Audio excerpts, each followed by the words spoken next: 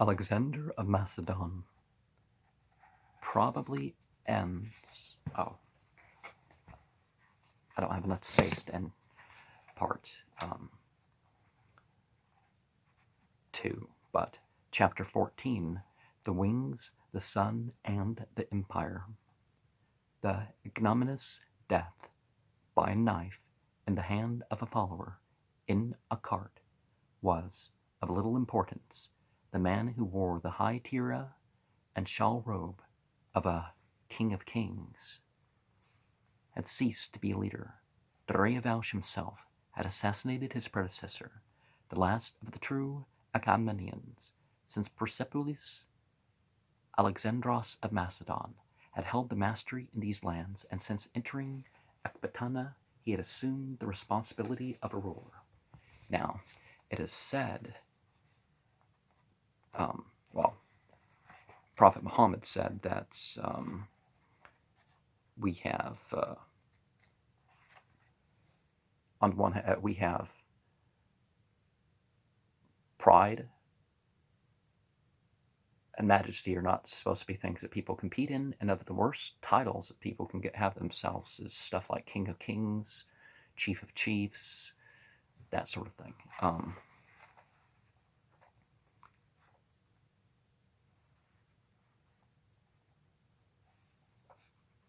Ecbatana itself had met him with an almost physical impact. Its 7 walls, rising by the caravan route, gleamed with 7 colors. Its citadel shone with gold, wind-swept, cold as his native Pella, but infinitely more majestic. Ecbatana had been shaped in the semblance of Greek architecture. It rose before Alexandros like a Thebes restored. What's the Egyptian name of Thebes? More than that, it commanded the chains of mountains that dwarfed the knobby heights of Greece. Unseen in the north lay the snow peak of Urartu, or Ararat. Armenians from Ararat told him of mountain lakes as vast as inland seas, and mines still unexplored. These Armenians had submitted to the rule of the great kings, which outlawed warfare, owing to the mild influence of Zarathustra, who had lived in a hut by those lakes. The mountain folk, Armenians, and Kurdish tribes had accepted the faith of Zarathustra, building fire altars in the cold air of the highest places, instead of all sorts of statues and stuff. But we could say that Zoroastrianism, as people call it, is influenced by the Mazda Yasnaha Zarathustra faith, but it puts stuff that would have been forbidden,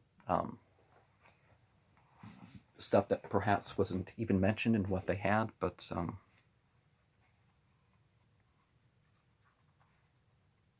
even by the death of Muhammad, Zarathustra was still the most influential religious figure in history,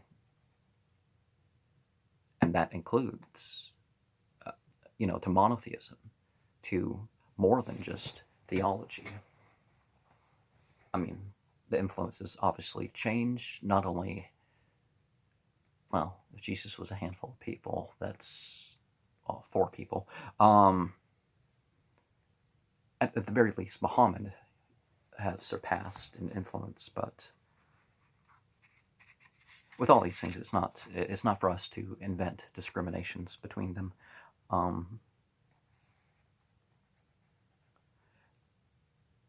This must have brought back to Alexandros the lessons of Miesa, where Aristotle had laid down a challenge to superstition, claiming that particles of the human race could shape themselves by their environment, and in this struggle could attain nobility of soul. These Zarathustrians believed themselves to be engaged in such a conflict in which they bowed down to the image of no god. Often, when these Aryans spoke of simple things such as fire and water and life, Alexandros could understand their words, which were similar to Greek. In their folk memory, they had survived a flooding of the waters of the earth. in these mountains around Ararat. They expected to survive the last catastrophe of fire when a comet should strike the earth, ending the age-long conflict between light and darkness, good and evil, so that some would perish in the fire while some passed over in the tranquility of everlasting paradise. Isn't there reason to think like 2188 or something like that? Well, I'm not going to live to see it. But there could be something that moves that comet too, or there could be something that we completely miss. There's been some pretty big ones that they didn't catch until they were close enough to fly, but it was, well, there was one that was pretty big that was closer than the moon, and we didn't catch it till then, so,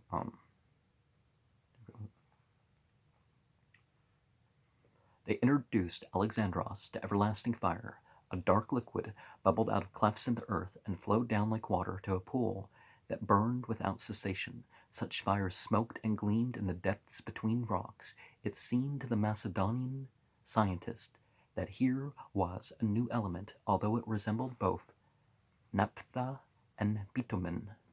It kindly insisted when a burning stick was held in the air over it. With this inflammable mixture of liquid and vapor, the Macedonians experimented, thereby perhaps making the first recorded examination of petroleum. Well, for the Western world, the Africans actually, particularly if you include Arabia and Israel in that definition of Africa that existed at some point, the barbarian people showed them the power of it by sprinkling the street leading to the king's dwelling with drops of it. When night came, they stood at far end of the street with torches. When the first torch was applied to the moist ground, the flame leaped along the ground more quickly than a man could think of it. The whole street blazed instantly. Another experiment in which a Greek bath tender, who thought himself stronger than the marvelous flame, rubbed himself with the new liquid and let the Macedonians ignite him, did not end so happily. This human torch was doused with water from the bath jars, but he had plenty of burns to show for his test of strength with the new power. You know, people have power, but come on. Well, it's not funny. Diades and the engineers were fascinated by the peculiarities of the new power. In his own thought, Alexandros had sensed dimly at Persepolis and clearly at Ecbatana a new power of a different kind in the rule of the Achaemenians, the descendants of Kurush, whom he now admired. Like the Macedonians, the Iranians of Kurush had been horse-riding and freedom-loving people, uncouth, even their women, going about and doing work in public. But these Shahenshahs, these great kings, had accomplished something that had never been done before. They had a genius for ruling. They had made a commonwealth of the peoples of their world. His new informants, Persians, Kurds, Armenians, Magians, told him how government had existed before them. The Babylonians, for existence, had formed a city-state, a mighty one, but still rule of one city over the others. The Assyrians had conquered other peoples, superimposing a kingdom of Assyrians over others as subjects. The Persian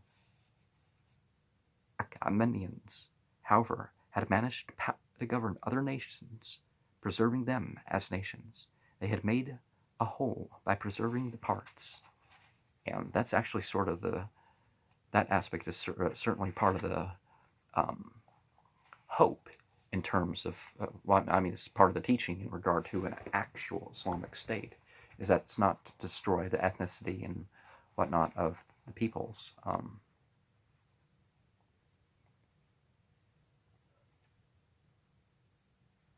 Over each part, they had set a governor, a kshatra, or warrior, whom the Greeks called satrap. They had built canals to link rivers to the sea, and roads to link the cities closer together. They had conveyed over these roads the silver from the Taurus mines to roof the buildings in Persepolis, and frankincense from Arabia to sweeten the air of the rooms. These Shahenashahs, or great kings, who had made themselves truly kings of the lands of the earth, had laid upon these lands the law of the Achaemenian peace. At first, with their splendid horse archers, they had been able to enforce this peace from the Dardanelles to the river in the east they called Indus. Obviously, something had happened to the Achaemenians from the time of Kurush to that of the last Dariush. Just what had happened of the wise men of the east could not explain satisfactorily. Well, power can corrupt if it's not checked, right? At first, Kurush, for example, Dhul-Qarnayn in the Quran. Well, the best candidate we have for that. At first, Kurush, for example, had paid no attention to the temples at Babylon. When he discovered that Babylonians believed that he, the Shah, ruled only by power of Marduk, he had closed the temple of Marduk. So had the earlier Dariush closed the temples of Yemen-Ra in Egypt. Gradually, it seemed, the Achaemenians and the Persian people had changed. Yeah, they were bossing around priests to change the scriptures and stuff like that. Well, the Catholic Church had changed their Bible text after their founding, so, shouldn't surprise anyone. At first, they had gone about the task of government, moving from city to city as need arose. Then, becoming owners of vast lands, their descendants had remained more on the land to attend it. They had gained wealth. At this stage, they depended for protection on the perpetual guard, the immortals, and at need upon a levy of the nobility. Then they had found it more convenient to hire mercenaries, such as the Greeks and the Phoenician fleets, instead of ministering to the different nations of their whole. The latter Shahs had merely been supported by different nations as a kind of movable figurehead around which centered intrigue, but still the plan of Kurush had endured, because internal peace was preserved. Until the coming of the Macedonians, no outside people had ventured to challenge the rule of the great kings. Meditating upon the plan of Kurush in the mountains of Ecbatana, Alexandros' quick imagination could visualize its tremendous significance. The Commonwealth of Nations, once attempted, could be carried out on a scale to include all the Western world. He had the old system of satraps and advisors to work with. Already, he had made one change, to limit the powers of the satraps to political administration and to install independent treasurers for the public funds. He had summoned Harpalus to Ecbatana and set up a strong guard there under Parmenio. And when the ailing Harpalus came, he brought seeds and cuttings of all the plants in Macedon. Only the ivy failed to grow in this eastern soil. Alexandros already possessed, ready to hand, a mobile police power and the Western Macedonian army. He had road surveys through plains of different lands, and charts made by Nearchus of the coast. In such a commonwealth, Athens could be independent of Sparta, and Sparta could continue to follow its own strange way of life. Perhaps under this rule of the whole, the age-old murderous Greek partisanship could be ended, by rendering it futile. The plague of civil wars might cease if no tangible gain could be derived from such wars. How much of this Alexandros reasoned out for himself at this point, and how much he learned from hearing of the early Persian imperium of Kurush, may never be made clear. What is certain is that he visualized the possibility of a world state, a universe of men, in which women might share that could preserve a balance of freedom within its parts.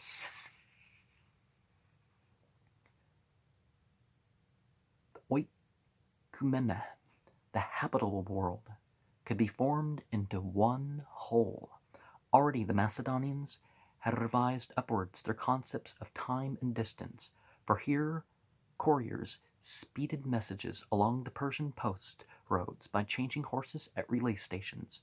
The highways themselves, like the great King's Way, ran through from frontier to frontier and were kept in order. Many of these highways connected with the sea-borne traffic at the gates of the sea.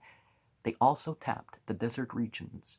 The roads within Macedon have been no more than cart tracks, winding from village to village, as the villagers themselves happened to use them. In the last 8 months, the Macedonians had marched more than 10 times the width of their homeland. Moreover, they held now what Kurush had never had: control of the sea and its shipping. That is, the Mediterranean and the Red Seas. Alexandros had brought along with him the technical tools of navigation upon seas still to be explored. In his shipbuilders, mariners, and pilots, he was eager to come within sight of these unknown seas. Already he possessed a means of communication between peoples, the Greek language, which, with the universal trade slang of the koine, was understood as far east as Babylon. From Babylon eastward, Persian, the language of courts and trading centers, was the general medium of communication. After scholars accompanying the army had discovered the resemblance between the two, by now the Macedonian leaders used Greek in their daily tasks. Some officers, like Pukestas, mastered Persian quickly. They could read the Avestas, sacred writing of the Zend, or ancient Persian, that told of the cosmic battle between the dual forces of good and evil, in which each individual had a struggle towards salvation.